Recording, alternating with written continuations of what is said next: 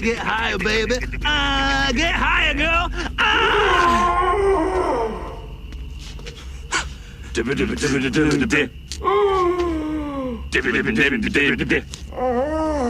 What's he do? Could say bass or freeze.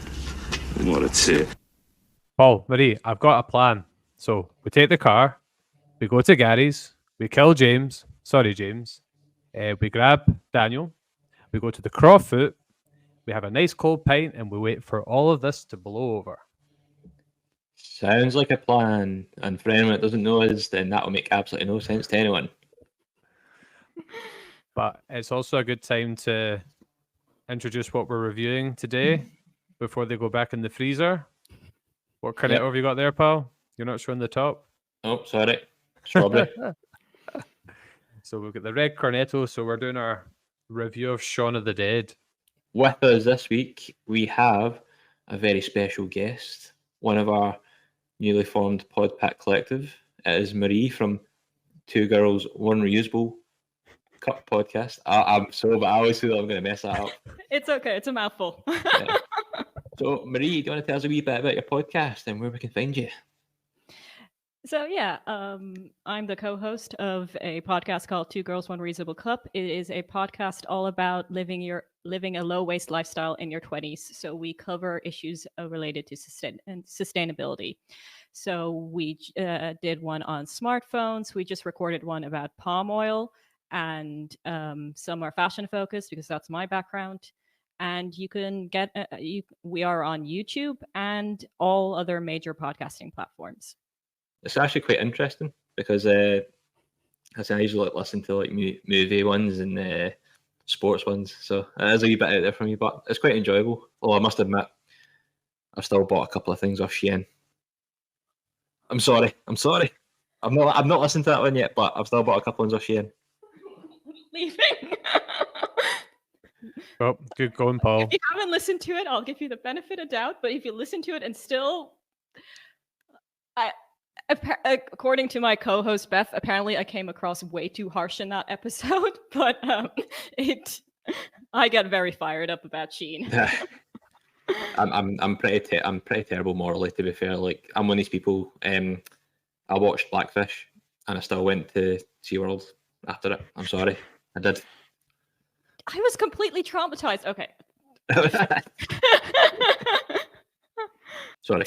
There's a couple of things I noticed. We're ruled out the kind of demographic for that podcast now that we're in our 30s, Paul.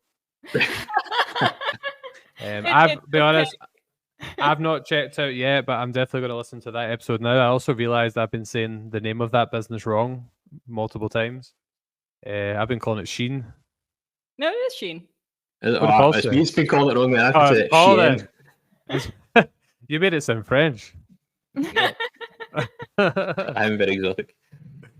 Anyway, right, before the zombie apocalypse gets upon us, we'll just jump in after. So we're Seismic Cinema, and you can follow us on Facebook, X, Instagram, Threads, and TikTok. You can listen or watch on YouTube, Spotify, and all the other platforms. You can support James in getting his microphone. Buy me a coffee. And as we mentioned, we're part of the PodPack collective featuring Chat Tsunami, Cast and Views, Review It Yourself, we had on last week, Two Girls, One Reusable Cup, Nerdstalgic Podcast, and Stop, Drop, and Roll Initiative. Okay, so yeah, that's the kind of intros done. Just in terms of our recent episodes, we just dropped our Seismic Soccer episode 4. And coming up, we're going to be reviewing The Dark Room, directed by our friends Kenny Scott Guffey and Jake C. Young. We're doing Titanic, and Paul's looking forward to that one. And then Seismic Soccer 4. That's the plan for February. Got a great feeling about February. Right, guys, before we get into the review itself, I think it's only fitting that we talk a wee bit about our background with the movie and our background in general with the likes of Peg, Frost, Edgar Wright and Co. It's always interesting to see what everyone's story is like. So, Marie, do you want to start us off? Like, when did you first watch this, and what other ones have you checked out? So I've seen the entire Cornetto trilogy, and I think I think Shaun of the Dead was the first one. I'm not 100% sure. I don't do well with horror, and even though I know this is more comedy than horror, but I'm a big fraidy cat. So when I watched it, I did like have to have like my brother next to me as like emotional support the very first time I watched it. And but it's been ages. I don't know when I first saw it, and I've seen it many times since. It's one of my favorite movies, and also the one where when people go, "Can we have a scary movie night?" I go, "Shaun of the Dead, please." Like, so just so I know what's coming. But yeah, I rewatched it last night in preparation for this, and it's like it's still brilliant. And I have to say, not my favorite of the Cornetto trilogy. I think that has to Ooh. go to Hot Fuzz. I really like Hot Fuzz. I quote it all the time. It's just great. World's End is at the very bottom, and then like Paul is like an honorary mention because like, The distant cousin of the Cornetto trilogy.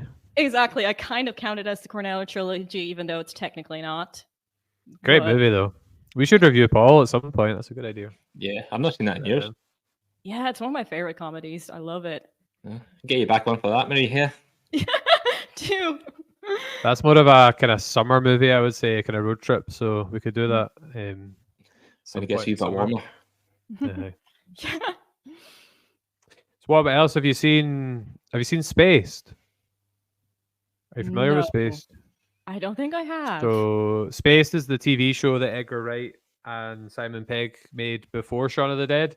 Oh. And it features quite a lot of kind of secondary actors and things as well. It's definitely worth a watch. There's only about 14 episodes. It's really good. I'm not sure if we'll get on to Paul. I'm not sure if Paul's seen it. Just another distant cousin of the Cornetto trilogy.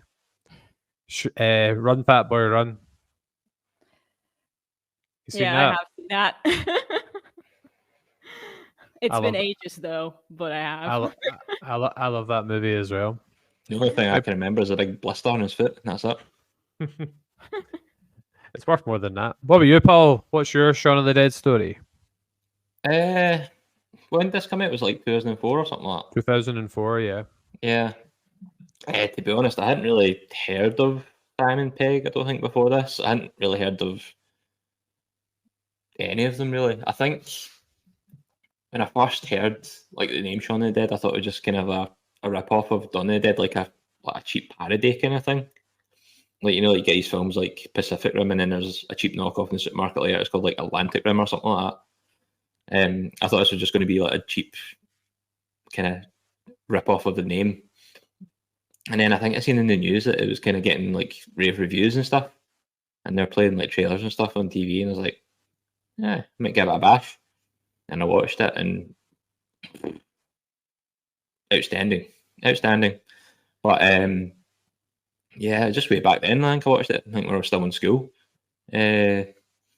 Probably wasn't bright enough, well, probably not bright enough now, but to catch all the wee kind of foreshadowing bits and stuff. I think I just watched it for what it was, and I thought it was really funny. And then even when I watched it tonight, kind of to review it, I was catching bits I'd never caught before. There's just so many wee tiny bits and pieces. So Yeah, same. yeah. So back then I watched it, but yeah.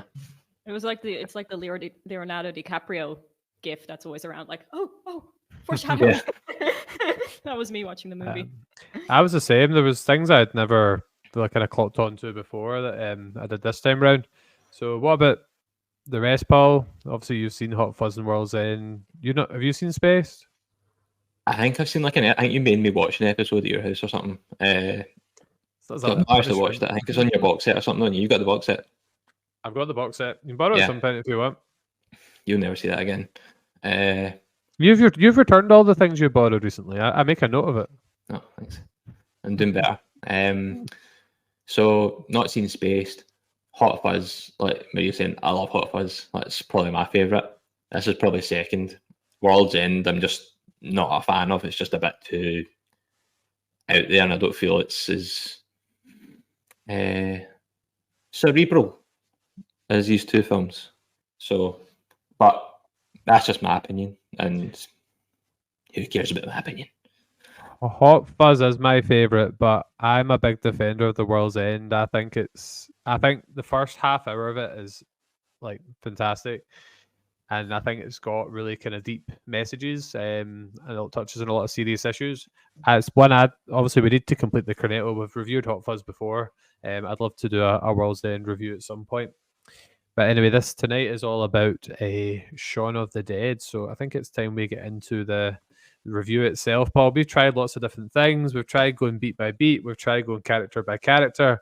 I've decided the kind of broad categories will be dialogue. So talking about a lot of the witty dialogue, foreshadowing, which we've talked about, one of my favourite filming areas, and the kind of editing techniques as well, which is a big part of the movie itself. So that's the kind of broad categories, but I'm sure we'll kind of spitball into talking to a wide range of different things.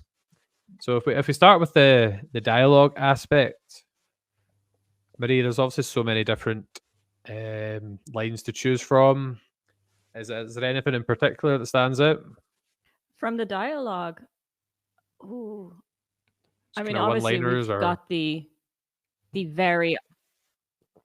lot of one-liners. I mean, you've got Red Anya, that's repeated, and then of course, have you ever? What's the matter? You've never taken the shortcut before, and then of course the most genius bit of dialogue, and I think we'll get into this in the foreshadowing section, but Ed says the entire plot of the movie in like the first 10 minutes. And I want to say I found that out on my own, but I only read that online and then I rewatched it and I'm like, oh yeah. Like I did not catch it like the first time I watched it. Oh, what bit's that? I think I've completely missed that. But it's just... He's just in the Winchester at the start. Not at the start. No, it's when he gets dumped and they're sitting in the bar and he's talking about what they could do to cheer him up. Oh, okay. I must have missed that. Oh, I'm so stupid. It's like... you didn't know that. Well, it's like back to the bar for shots, and then at the end they have the shotguns at the bar. Oh, right, okay. Right, got you. You know what I mean? Yeah. Sorry. It's all right. I'm glad you two have enlightened me. Thank you. So that's two really good that's a dialogue there. Paul, is there any big standouts for you? I kind of like the bit, when they're playing, is it Time Splitters at the start? And he's like, top left. And he's like, what is it? Behind or something? No, reload. I've got it. Sorry, top left. And then nice shot. And then when they're in the bar fighting, and then when he finally gets the rifle, and Ed's directing him like the same way that he was directing him playing the video game, like top left, reload, nice shot. I didn't catch that one. Aye, yeah. Oh, yes, I caught that one. I caught that one today. I just like the wee kind of the daft wee bits, like at the start when like Liz and Shaun are talking about Ed as if he's not there, and then he turns around and Ed's right there. And it's like, sorry, Ed. And then and then like Shaun's like, it's not like I don't like Diane and David, and it's like, sorry, Dan, David, and they're sitting right there. And it's like, it's okay. Just daft wee things. It's just like it didn't have to be there, but I appreciate it as there because it could just be like a daft zombie film where it happens and they're just running. That's it. Whereas they just have these wee moments and they're just gold. It reminded me of that bit where they're talking about David, who's a likable actor in other things he's in, but not in this one. But it's like something about he looks like a chartered accountant. He's like, I'm not a chartered accountant. He's like, well, you look like one. And then what was the other thing he said? He's a twat. Did you remember that bit as well near the end? Yeah. I was like, does my dad look like him? Because in context, my dad's a chartered accountant. So, nah, Billy's definitely not a twat. Thanks. We like Billy. So, Maria, anything else coming to mind at the moment? There's obviously so many. It's just in terms of packaging them. I mean, not dialogue, but I do really relate to Shaun writing Sword's life out on the fridge after he passes out. I think that's like genius, and I think I've written that to myself quite a lot of times. I actually did that at but- my friend's house once. We went back to our pal Chris's house after a night out, and I actually wrote the full thing on his fridge. So he must have been confused when he found it the next day. And the next day, he turned his life around. Well, maybe, possibly. Did you know the bit of trivia with when I always go to call him Simon, but obviously it's Shaun. Your pal Simon. My pal Simon. Yeah, when he's on the when Rafe Spall's on the phone, and his work. Yeah. Young Rafe Spall. See when he's on the phone. Do you know who's on the phone too? Is he talking to Ed? Uh-huh. Is he Noodle? Uh-huh. God damn it. I thought that. I was watching it today. I was like, he's having the same he's using the same words that Ed used on the phone. Yeah. Because he talks to him again near the end when they're outside the Winchester. Did you catch that, Mary? No, I did not. Because he's like, what is it he's saying? Oh, he's like, yeah, he's got nothing. He's only got a Henry. And before Ed's like, oh yeah, I've got nothing. I've only got a Henry for myself. Like, I don't know what Henry is, but I'm assuming it's not good. Did you I thought you might have known that one. Yeah, no, I just noticed it today. I love this film, man. That's a good one. I'm just trying to think of other ones. Yeah, I've seen it so many times. Sorry, Marie. Yeah. It's crazy, isn't it? Like, it's one of these films you love, and just there's so many wee bits to it, but like, I don't know, I'm going to keep going back to it because I absolutely despise it. But see that Rebel Moon film we watched? Like, it was just so like a slap in your face, just not anything like clever about it. Where this film is just so like layered and has so many bits and pieces to it. It just is astonishing for like a small budget film. And you get a big budget film like that, and it's just honking. That reminds me, I forgot to do my stats, Paul. Thank you for the reminder. So yes, sir. This film is about the uneventful, aimless life of a London electronics salesman and his layabout roommate, and their life is disrupted by the zombie apocalypse. I like that intro. This was shocking, by the way. It's only got a 7.9 on IMDb. I thought that was awful. What are you comparing it to, though? What's around the 7.9 mark? I don't know, but I'm still annoyed at it. I feel like it should be a lot higher than that. What else did I note? The budget was 4 million. You were talking about the budget. And it made about 38.6 million. So did pretty well. I was just going to say, wasn't there like a story, I might be completely making that up, that all the extras who played zombies, they were just paid £1? No, I heard like that. I heard like that on a YouTube video. Yeah, they advertised on the radio, and then like they were paid £1. Like, shuffle. I think they had to, I think maybe legally they had to pay them. That's why they gave them £1. All right, is that kind of just a loophole kind of thing? Mm-hmm. I see. I'd definitely see if somebody offered you £1 to be in a movie. Would you do it? Yeah. Yeah. Mm-hmm. Yeah. I mean, I've been an extra once. Yeah, I've been an extra once in a TV series, and the scene got cut. So I don't know if it was just me, because I looked at when the TV show came out, the scene was missing. I was just like,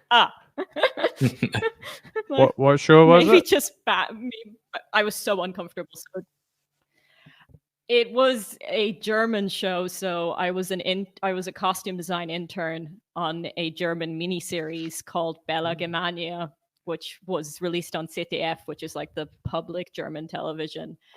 And yeah, they asked me if I wanted to be an extra, and I thought, yeah, this is an experience I want to have, and hated every single second of it.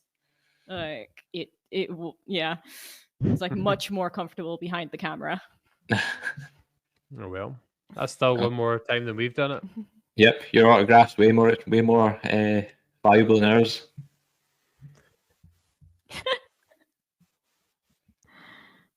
I'm gutted we didn't get to be extras on the Black Mirror episode. It was an Inverary, Paul. We're a bit too late with that, weren't we? A bit too late. Right, Should have got married earlier. Should have got married earlier, son. I know. It's becoming really difficult to stay in one lane. So the next thing I wanted to talk about would be more classes for shadowing. So I guess we can dip our toes into that. I only found this out yesterday. It was you know when they're DJing and Pete chucks the record out the window. Oh yeah, yeah. Which is another quote I love. That's the second album I ever bought. That's Brown Line. I didn't realize that they found that in the garden later when they were going through the records to throw at the zombies. That was one of the records that was in the garden. And then poor Mary got it. Not Marie, poor Mary. That's how they got the idea. Do you know she's in the opening scene?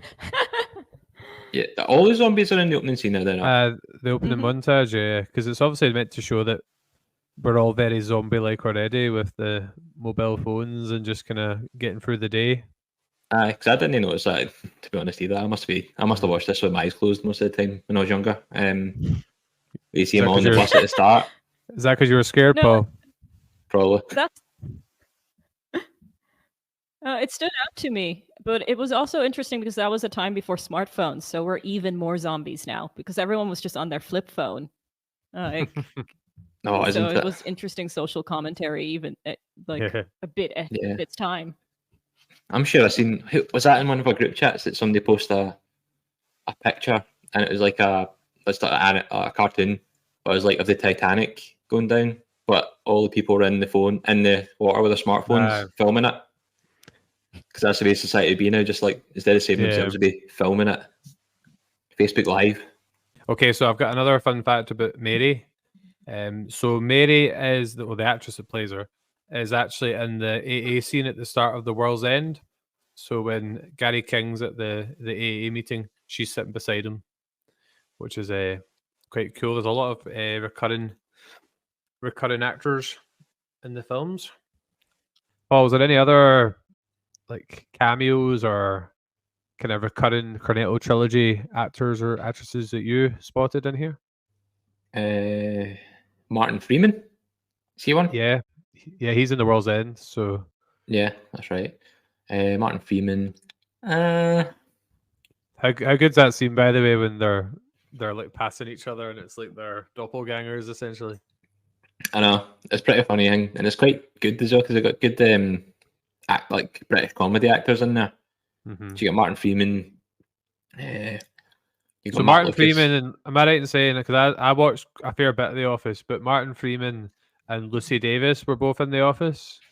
Aye, that's right, aye. I think I've seen that. Because I was looking through, like when Prime, and it gives you the wee X-ray bit, and it tells you who's been doing what. And I seen they were both in The Office. It's got some funny names, like see, that you're talking about Mary in the garden. The big zombie that turns up. He's just credited as the hulking zombie. Although that I went a bit weird though, because it said that Edgar Wright directed The Last Jedi. Imagine that. Star Wars reference. Number one. Got it in there. Yeah. Trying to think who else. Well, there's was Jessica Stevenson. Now I think it's Jessica Hines. His kind of is it his ex-girlfriend in the film? Oh, in the one he meet the one he meets earlier on in the film, and they're talking about Yvonne. like what? Yvonne, Dawn. the leader of the group. Yeah. Right. Okay. Got you. Yeah. So she's the other main actor in Spaced. So her and Peg are the leads in Spaced. Right. Okay. I did think that maybe she had something to do with Space because she's quite a prominent character in this, as if they know each other quite well. It's kind of like this is like Tim Beasley, who's the character in Space. It's kind of like this is his life further down the line. Yeah, and she has like a recurring thing as well, doesn't she? Because at the start she's like, "Oh, I'm glad somebody made it," because he's like in a relationship with Liz, and then at the end she's just like, "I'm just glad somebody made it," like because they made it out of the apocalypse. Like there was a bit, when Liz is dumping Shaun, and she's like, "I'm going to have to do something." He's like, "What do you mean do something?" And then that Liz says that later on, like towards the kind of climax of the film as well. Yeah. Which is a good one. Back to the kind of characters, I'm just trying to think of who else. Obviously, there's Bill Nye, who's in Hot Fuzz at the start. Superintendent or something, isn't he? And he's also like the kind of big bad, I suppose, in The World's End. He's the network. He voices the network at the end. Didn't realize he did the voice for that. There's obviously Ray Spall, son of Timothy Spall, e.g. Wormtail from Harry Potter. And then we're joined by Marie. Hello, Marie. Sorry, I think because there's a storm going on, something is not working right. But hope there's a storm going on here. Aye, that is not helping. Storm here and storm in Portugal. So we were just talking about recurring characters through the series. So we're talking about Martin Freeman.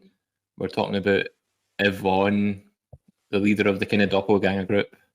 And you were just talking about Ray Spall, weren't you, Colin? Yeah, he's obviously in Hot Fuzz. He's one of the Andes. He is one of the Andes. They're both called Andrew. He's also got a cameo in The World's End. Martin Freeman's character is a real estate agent, and he gives Ray Spall a tour of one of the houses. Oh, right, okay.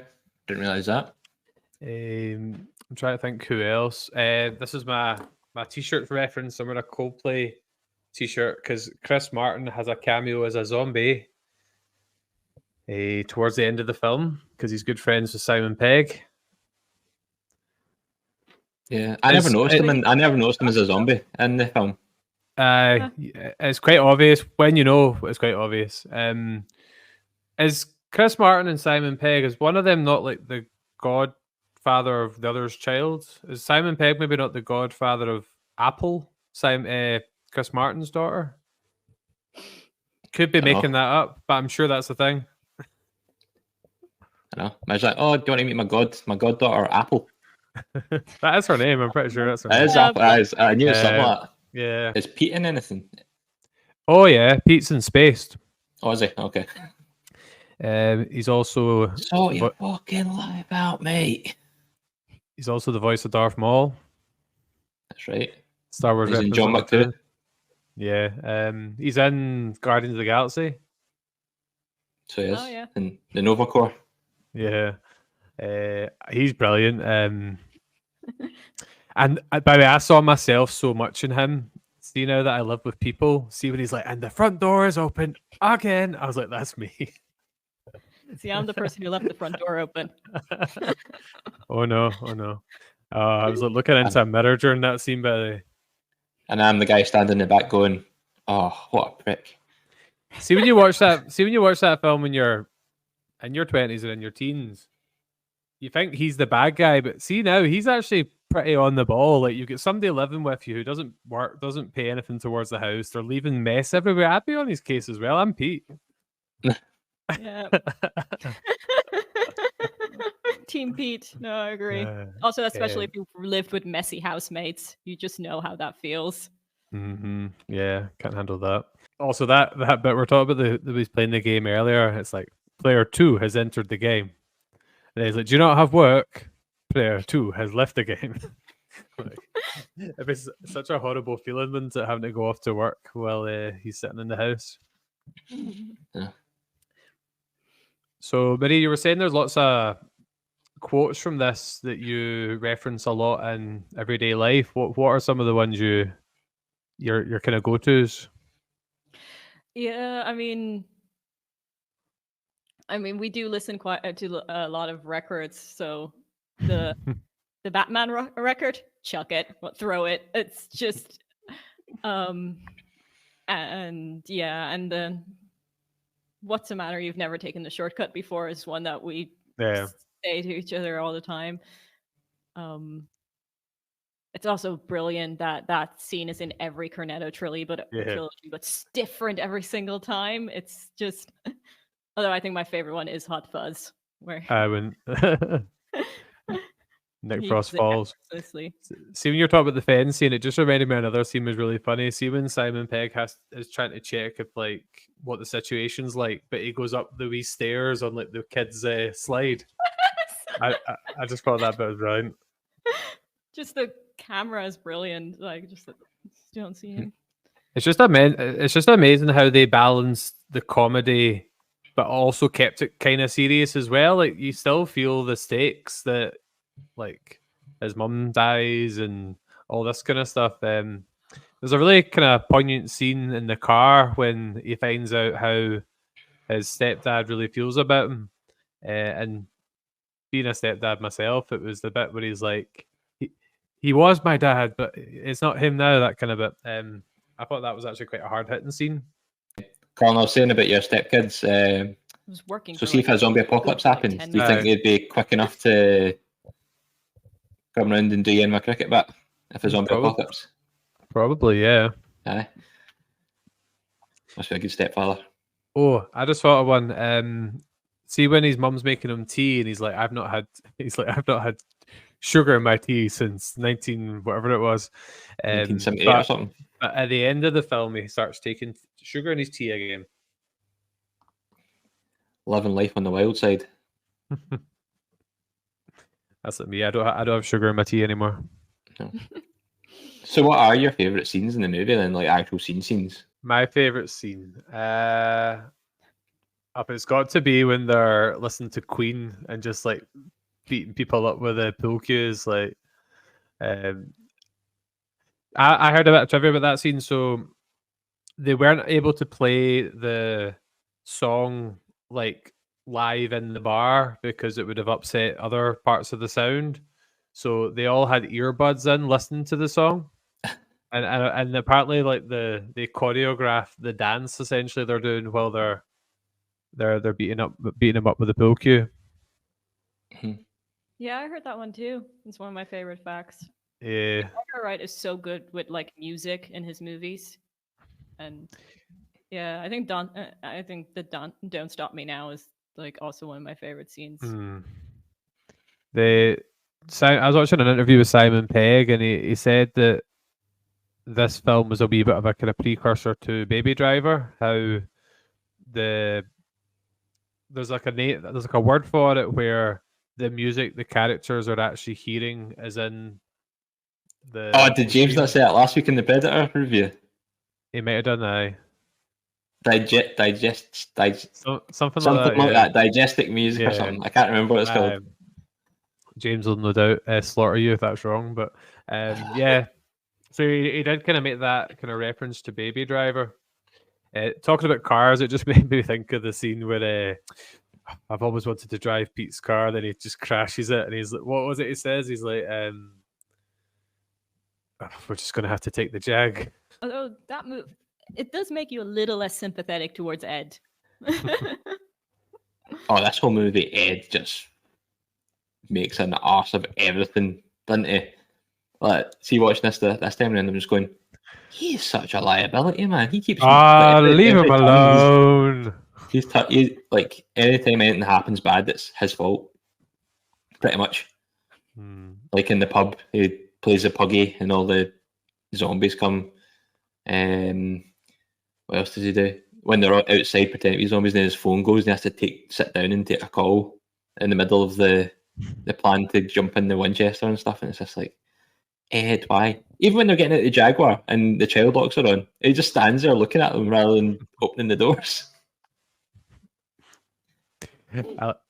the car bit reminded me of the bit where they run over the guy and they stop to check if it's a zombie.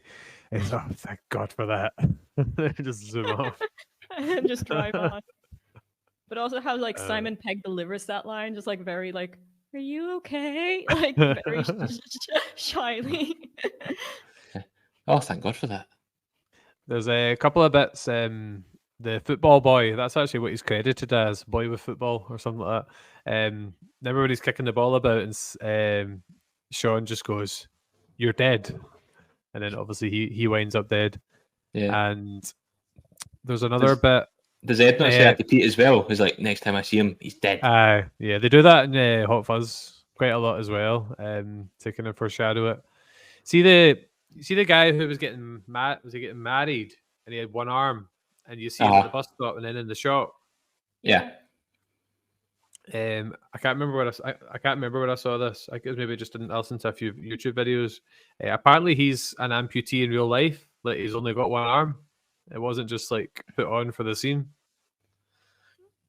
Yeah, I heard that as well, actually. Actually, I was going to say, do you not see him in the shop with two arms? But no, he must be hiding the arm. He's got like, it's not like a sling or something. I don't know, because he's in his wedding suit, isn't he? You're saying? Mm.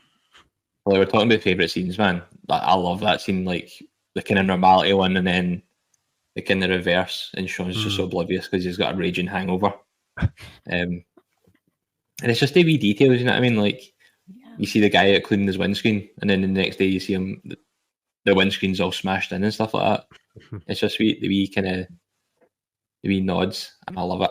That's my favourite scene, definitely. Yeah. To be honest, I think that would be me. I would be completely oblivious to a zombie apocalypse, just walking about, headphones in. I know I'd be like, oh, did I do this on my night out when I got home? Like, did I knock these bikes over? What is all this?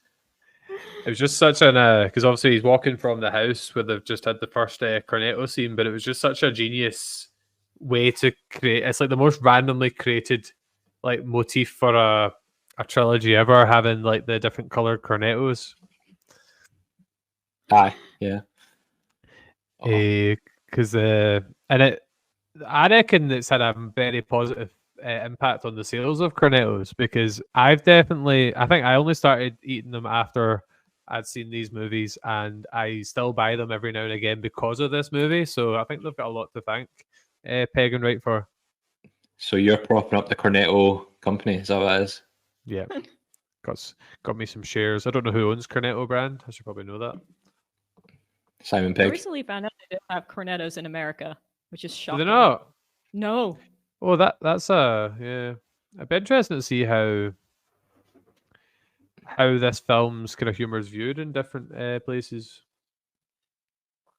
I'm actually surprised they didn't try and do an American remake. Oh God! Of Shaun of the Dead. Oh, no, don't put that out in the universe. It still could That'd happen. be awful. I know. It'd be like the In-Betweeners all over again. The American, I've actually got quite fond memories of the American In-Betweeners, not because it was good, but right. me and Mikey used to watch it after work on a Sunday with like Doritos and dip. It was awful, but who owns Cornetto? Are you actually looking up who owns Cornetto in the middle of the podcast? Yeah. Answering the burning questions. I'm not gonna tell you now. Elon Musk. No, it's not. There's microchips in your Cornetto.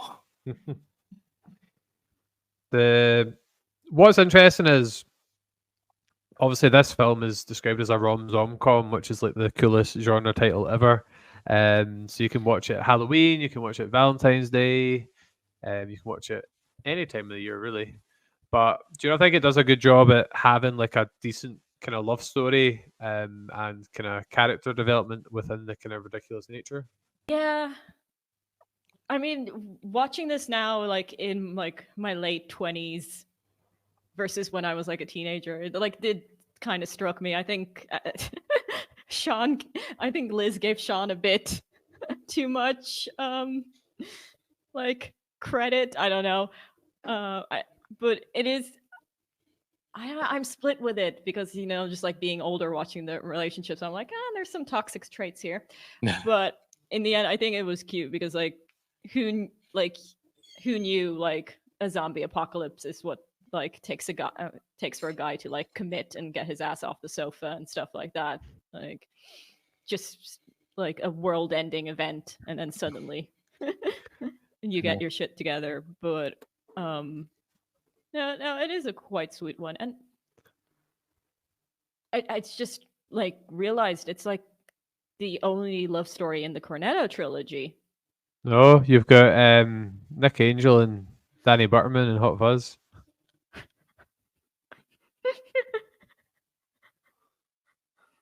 That's very true. There's nothing in World's End, no. It's just Gary and his ex. You've got the king from House of the Dragon, Paddy Considine's character, and the other guy's sister, Martin Freeman's sister, in that there kind of have a story, I suppose. Oh, is that Rosamund Pike? Rosamund Pike and Paddy Considine, yeah. I forgot she was in the World's End until you said that. Yeah. I'm not saying it was a great relationship as such, but it kept the story grounded a wee bit because it was kind of in the kind of normal life. It does say, I suppose it anchors the film because the start is her saying he kind of needs to step up, and then the end is them kind of like getting back together and kind of living together, it looks like. Yeah. The only thing I don't like is like the whole thing was she wanted to go do things and that, have a bit of excitement, and then the zombie apocalypse I suppose was exciting, but in the end they just end up on the couch lazing about, going to the pub and that. It's just kind of like, so in the end Shaun's philosophy won, even though it wasn't the greatest philosophy, and I was like, seems a bit naff. You'd want Shaun and Liz to actually go do things, but they end up just kind of wasting away into the couple that they were going to be at the start. But think about it after like the COVID pandemic, like we were at the time, everyone was like, "Oh, we'll go do this, we'll go do that," but then afterwards, you can end up just doing the same things anyway, didn't you? I know, but still. So true. Did you notice that the film? Did you notice the film starts and ends with him yawning? Yes. No. At the very start, he's yawning because he's lazy and unmotivated, and then at the end of the film, he's just yawning because he wants to stretch. But it's at the start and end. Oh, I thought you meant like the very start and the very end, because like it's not ending in the shed. The first time you see Shaun, that's another one where he said, "If you want to," I'm not going to do the bad quote because I'm not allowed to do that. But if you want to live like an animal, go live in the shed. And then at the end of the film, he lives in the shed. Yeah, I'll look at that this watch round as well. Do you not get that one before? No, I didn't. I just didn't catch it, and I got it, and I was like, "Oh yeah." Yesterday, whenever we watched there's this, so much to unpack. I'm trying to think. There'll be more as well. I like the exacerbate recurring motif as well. Oh yeah, Shaun at the start and Ed at the end. Because is that it? Shaun gets told what it is, but then Ed wasn't listening when he got told, so then he asked what it is later on. Oh right, yeah. When they've got the bottles teachers next, or the bottles and then rifles and the corkscrews. So it's another line I love. Don't point the gun at Barbara. Oh yeah, and that's a nod to Night of the Living Dead. Is that right? Because when Ed goes, what is it? We're coming to get you, Barbara, down the phone, and that's what the guy says to Barbara at the start or the end of Night of the Living Dead. At the start. Okay. Do you know something I noticed? Do you know how he mixes the flowers up? He buys them for his mum and for Liz. He chucks one of them in the bin. His mum actually picks it out the bin, like near the end of the film when they're going to the Winchester. The ones that were for her. I didn't think Shaun bought flowers for Liz, did he? No, he bought 2 pairs, but then he gave Liz the ones that were meant for his mum. But he chucked what he thought were Liz's in the bin when they broke up. Right, okay. I thought Shaun's mum found it in the bin when they reached the pub. I see. I thought he only bought one for his mum and then gave it to Liz by accident when they broke up, and then just gave it. Right, no, because he ordered 2 bouquets when he was in the shop. Right, got you. My bad, I missed that. So many things just kind of just float about with this one. I know. To be fair, it's such a good movie, man. How does it make you feel, the scene where he's the most senior member of staff? Like, we're both 32. You said you're late 20s. Like, it stings a wee bit when you realize you're now the senior member of staff. Yeah, it hurts. Like I mean, I'm turning 28 this year, so I know he was just like, I'm 29. I'm like, oh, okay, we're getting quite close in age. I also Nothing still have my life sorted out, so nothing changes. Like, we both had our 30th during COVID year, so like we couldn't even like have a small gathering. Never mind a big party. Yeah, so we're gonna have 35th parties instead. Bringing it back.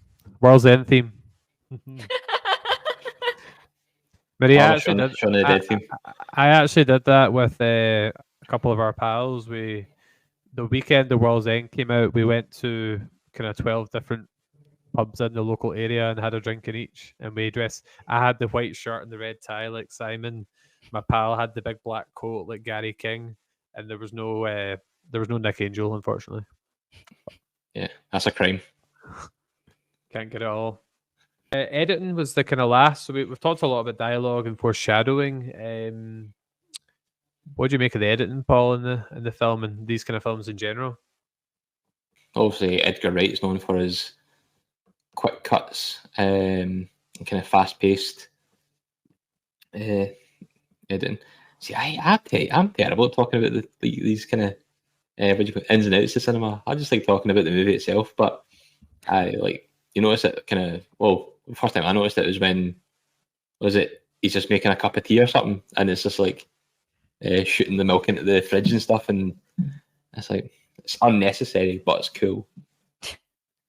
And then just like when I'm talking about when I'm saying about the quotes, when he's talking about it's not like I don't like Ed, but you know, and then it like just quickly cuts to Ed to the side, just to be things like that. I think it's really good.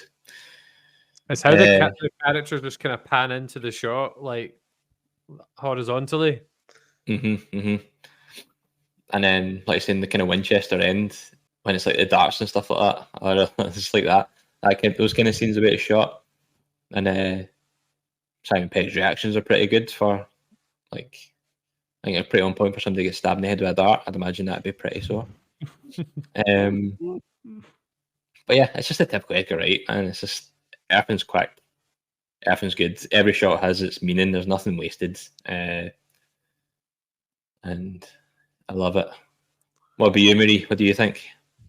Yeah, I mean, with Edgar Wright, you know you're going to get good editing, and it is, I mean, Shaun of the Dead is like quite early in his career, and then you can see how it like develops into like Baby Driver, where nearly everything is like right in sync, and no, I do love like I love like getting into the editing and seeing it, but like we've got of course the classic car shots and like the quick zoom ins, but I really like the editing, and just it does just such a good job because like translating the foreshadowing or like the like because you can see that the outbreak is happening from the very beginning, but it like subverts like we're Shaun, we're not noticing it, and only like when you look back you see like the newspapers in the background or like all the different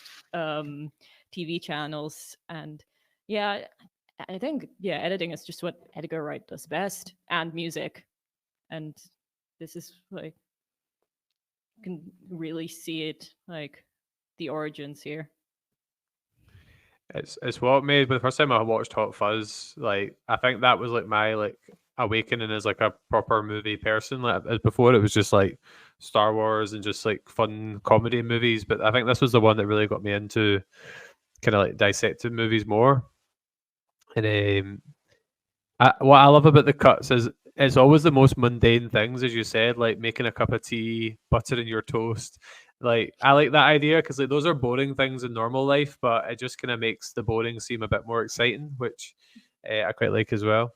I thought now would be a good time to drop in the seismic statements, which is our term for just some of the bits of trivia, because I thought we could maybe just spin off some of them. You guys might have some extra wee bits you want to drop in as well. So Simon Pegg was asked why the zombies weren't fast attacking people, and this was a quote: "Death is not an energy drink," was what he said. I like that logic. I like that was his logic. reasoning. Apparently, there was almost a sequel to this, which I'm actually glad there wasn't, which was meant to be called From Dusk Till Dawn. And this is a really cool fact, and I'm not claiming I knew these, so thank you to IMDb. Apparently, there's a poster for From Dusk Till Dawn, till Shaun, sorry, not Dawn, and Into the Spider-Verse. Oh, Into the Spider-Verse, the first one. Yeah, the first one. So that's something to look out for next time you watch that one. Okay. Apparently, Diane actually lives. There's like a kind of like sequel, like short story where she stays in a tree. This is the best part. She eats David's leg to stay alive. And apparently, she's still on Christmas card terms with Shaun and Liz. Yeah. To be fair, I quite liked her character. She was alright. Like, even though she was going to be that ass David, she was actually alright. She came to sense and actually started trusting Shaun. Paul, this one will be your favourite. So, see when Ed's bitten in the pub? Yeah. The scream when he gets hurt is taken from a character called Windows in The Thing. Oh, is apparently. Yeah. I found that one on IMDb. Interesting. I like that. I didn't know that. Paul I'm going to have to go back and listen to it now just for that. And the last one, Edgar Wright has a voice cameo as the person on the phone when he's booking the meal at the restaurant. Oh. And he's also the guy that falls over. You know how there's like a Z-Day parade at the end? Apparently he's in that scene and falls over. All right. So there you go. That was just ones I picked out from IMDb anyway. I love wee fun facts like that. I like it when people can just have fun and just insert these wee bits and pieces just for the hell of it. I've actually got a graphic novel of Shaun of the Dead, which is pretty cool. So it's just the same story but written in kind of comic book style. All right, it's a bit more graphic now. No, it's pretty much the same, but it's cool. I like the illustrations. I like the pretty pictures. Is there any other tidbits you picked up from watching, reading IMDb, or listening to any other reviews? Who says I did any of that? So you patched the hosting duties and you didn't even do your due diligence. I watched the movie. My opinions are my own. I have not been clouded or biased by any other media. I credited random YouTube video. So, what about Maria? Have you got any nuggets of golden info there? I think we mentioned them all. Yeah, because I am also someone who, when like I can't sleep at night, I look up random bits of trivia. Like I knew the music thing, like how they shot the "Don't Stop Me Now," which I thought was interesting. But I don't think I know any other trivia. I've got a feeling that there's something about, is it Big John, the barman? Is he like a stuntman or something, like an actual stuntman from back in the day?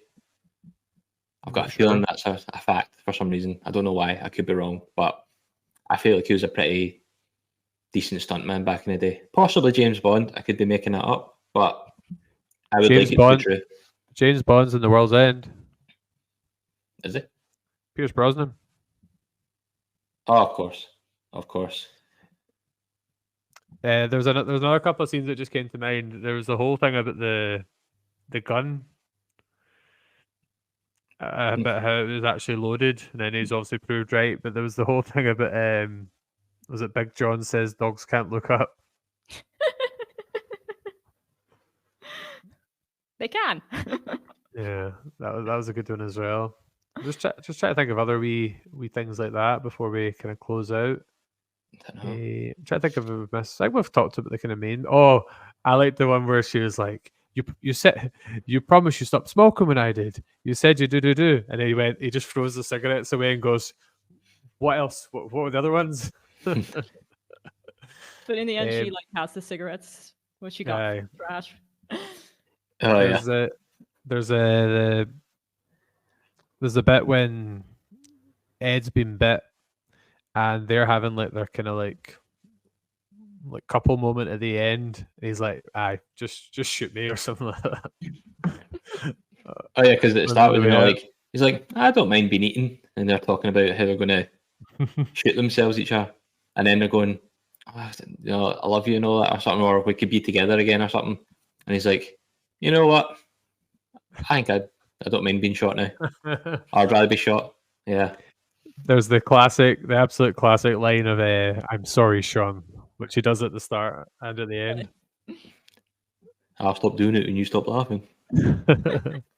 There's just like we literally have went on for over an hour just talking about some of the I just talking quotes. Let's just say the entire script. Like, it's weird. I love Hot Fuzz and it's my favorite. But I don't know.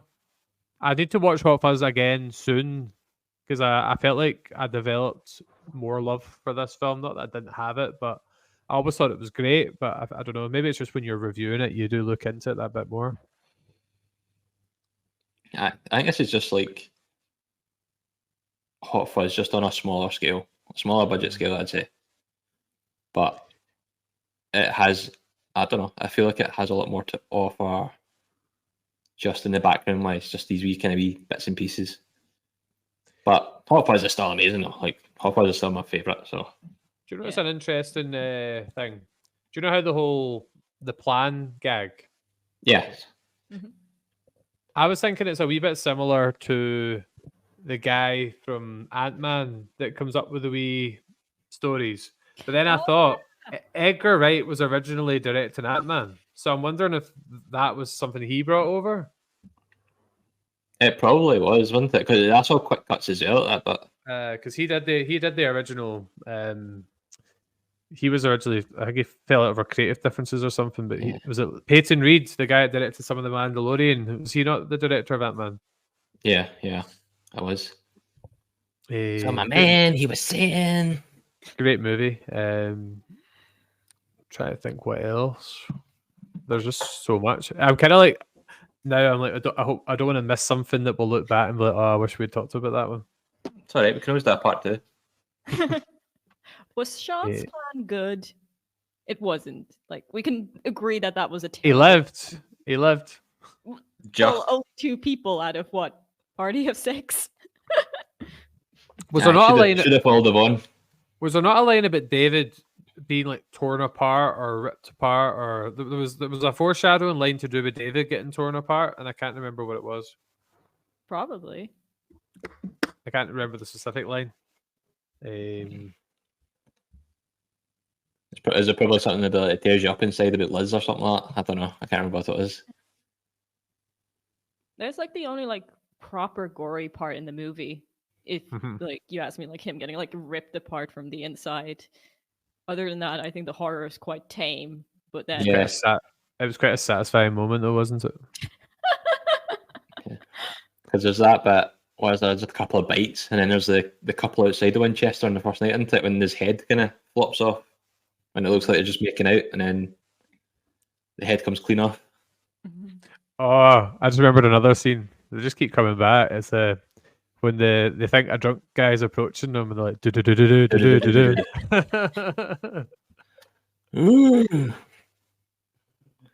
Oh, and the bit when they're in the pub, and he's talking about how he got dumped, and he's like, not the end of the world. And then the big fan comes up at the window. Sorry, we're closed. I like that bit. Have you ever used that quote in real life when like a song comes on at a bar that reminds you of like a sad time in your life and some random? No. I've definitely had those moments where I generally think like the radio's calling me out or something. Like... I just remembered another one as well when just before "Don't Stop Me Now" finishes, I think Shaun goes, "Kill the Queen" or something like that, and then they turn it off. They turn off the music. Is it? Something like that. How do not turn it off? Do not smash Big John into Yeah, it yeah. to stop it. But there is a line that goes like kill the Queen or something like that, Yeah. which I Is thought it? was a reference to Queen. All right, okay. It's just amazing isn't it, that somebody thought of all these wee gags and thought, if we say this thing here, we can use it later on and all that. Isn't it? It's just mental as something that somebody so clever could do that. I often Yeah. wonder Somebody wrote all this. how long it would have taken to write that script. Like The with all movie the itself is not very long. It's like an nuances. hour and 30 minutes, but it's like packs so much into it that me and Paul are in an awkward position where our other halves both hate Simon Pegg, and I cannot work it out because he's a great writer, great great actor. He's also a decent guy as well. He was one of the super rich that was saying he wanted to up the tax, the kind of the tax for the rich and things like that. So like, I just don't get it. Yeah, you got a signed letter from him too. Got a signed letter from him too. That's a Patreon story, that one.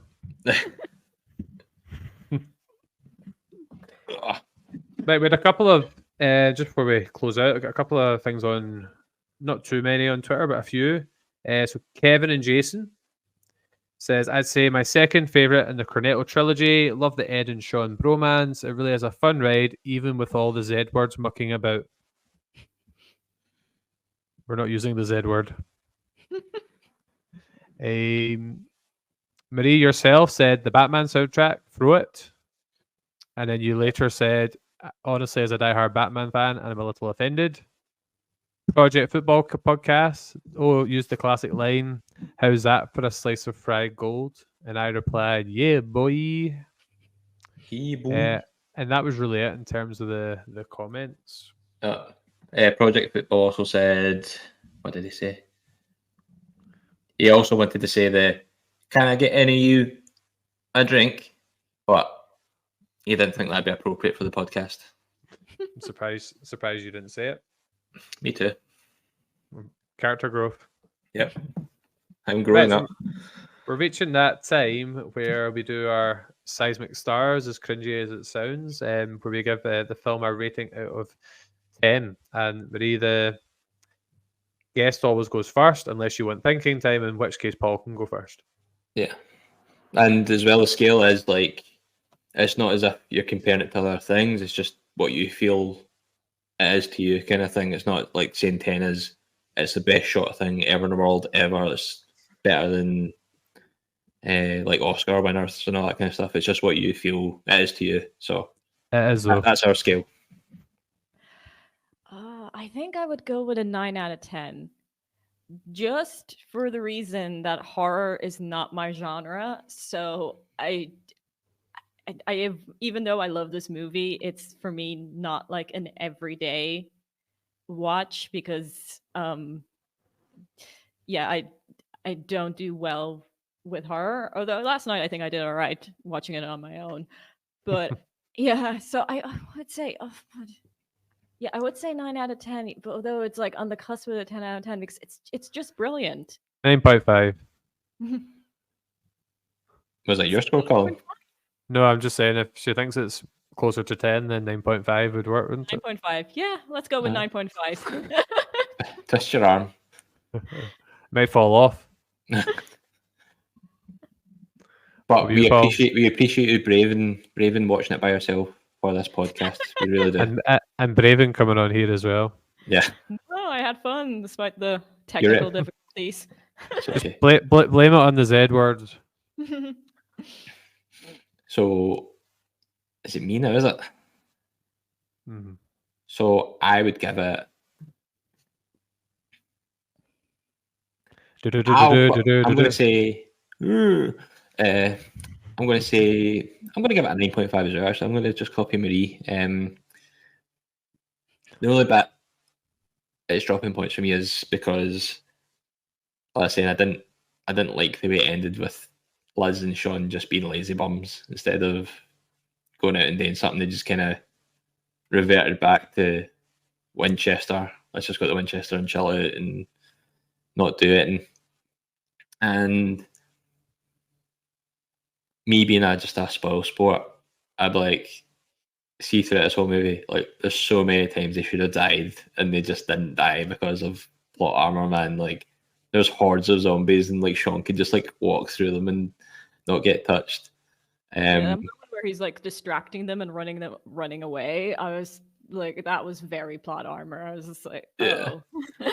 And like you're saying, if Diane's still alive, she must have done the exact same. Like when Ed takes the phone call when they're trying to get into the Winchester, the zombies are all just standing there looking at him rather than doing it. And like the zombies, you know, like I know it's for the scene, like when they're throwing the vinyls at them and that, and they're just taking their time throwing things at them, but they take like an age to get across that small garden. Like they're just like taking like baby steps through the gardens. Zombies. Those are the zombies that I would like to encounter. I think I would survive those zombies. Like Last of Us zombies, I'd be dead. Shaun of the Dead zombies, I think I could be okay. Yeah, we don't need no zombie land rules here. We don't need no cardio. We can just walk past them. Paul, do you know what that made me think of? I love the bit where, because like when Peg's leading them away, it's like a kind of like it's like a I don't know, like a festival, like some kind of march, and they're following the person speaking. But see when they're playing "Don't Stop Me Now" and it flashes to the zombies, and it's like they're like at a disco and they're all raving. Oh, when David's flicking the fuses. Yeah, that's a good bit as well. It's all good, man. What's your score then? The movie does not have one bad scene. I don't know what I gave Hot Fuzz, which has always been my favourite, because I didn't actually mention my story at the start. I'll give you the abridged version. I saw Hot Fuzz first. Got it out I got it out the bargain bucket in Blockbusters, like which happens in the reverse, because Shaun of the Dead's in the bargain DVD bucket in Hot Fuzz. It's like a Spanish version of it. Where am I going with this? Yeah, I love Hot Fuzz, so I probably gave that a 10, but I enjoyed this movie even more on reflection. I think it was a great movie to dissect and review because there's just so much happened in it. And I'm gonna give it a 10 because I think Paul was nitpicking there. It's just daft things, but I know it's like I think it deserves a 10. Like I think just it's so clever, so fast paced, so funny. And it still retains a wee bit, like it's still quite scary, not scary, but like the zombies, the threat is real, and there are some kind of like when he has to shoot the mum and different things, like there are like bits that are quite intense as well. So I'm giving it a 10. It's fair enough. To be fair, I think we're all on the cusp of giving it a 10 there. Like you're giving it a 10, but like I was saying, me and Maria, the real movie critics here, we're actually critical of it. Not easily satisfied. No, I am critical of things when it comes to it. Just jokes, Colin. I didn't have a lot to criticize here. I didn't think. Jokes, my brother. Jokes. Oh, that was a joke. Okay. Right. If I have a choice between to watch Shaun of the Dead and Hot Fuzz, I would always choose Hot Fuzz. Or just get 2 TVs and put them on at the same time. I don't even own one now. I just have a laptop. Laptop and the phone. That'll work. Right. So, yeah, we're just going to do the kind of closing out. So we are Seismic Cinema, and you find us on all the usual social medias. And you can listen to us on YouTube, Spotify, Apple Pods, and everywhere else. Just a reminder about the PodPack Collective, including 2 Girls, 1 Reusable Cup. So make sure you give us a follow, a subscribe, a like, and a share. And yeah, Marie, just want to thank you for giving up your time and coming on and talking Shaun of the Dead with us. Absolutely, anytime. Like, of course, the internet is working fine now, so bit annoyed about that. But yeah, anytime, and I would happily come back. I'm already inviting myself back if you're reviewing Paul, because I do really like that movie. I'd be up for that. Yeah. Yes, 100%. Very enjoyable. And next up for us, Paul, is the Dark Room next Friday, and that's where we're at. So we're just going to close out with our slogan, which I thought I created. Yeah, I did. Look what I done here, Paul. So we are Seismic Cinema, and we believe in the power of escapism. So thank you for Escaping joining those us. zombies. Yeah. Oh, you stole my line. I was going to say that. Yeah. Anyway, thank you guys, and we'll see you next time. Yep, thank you. Players 1, 2, and 3 are leaving the game. Oh, that's good. Mum, have you been bitten? No, but Philip has. Oh, okay. Has she been bitten? No, Philip has. Oh, okay.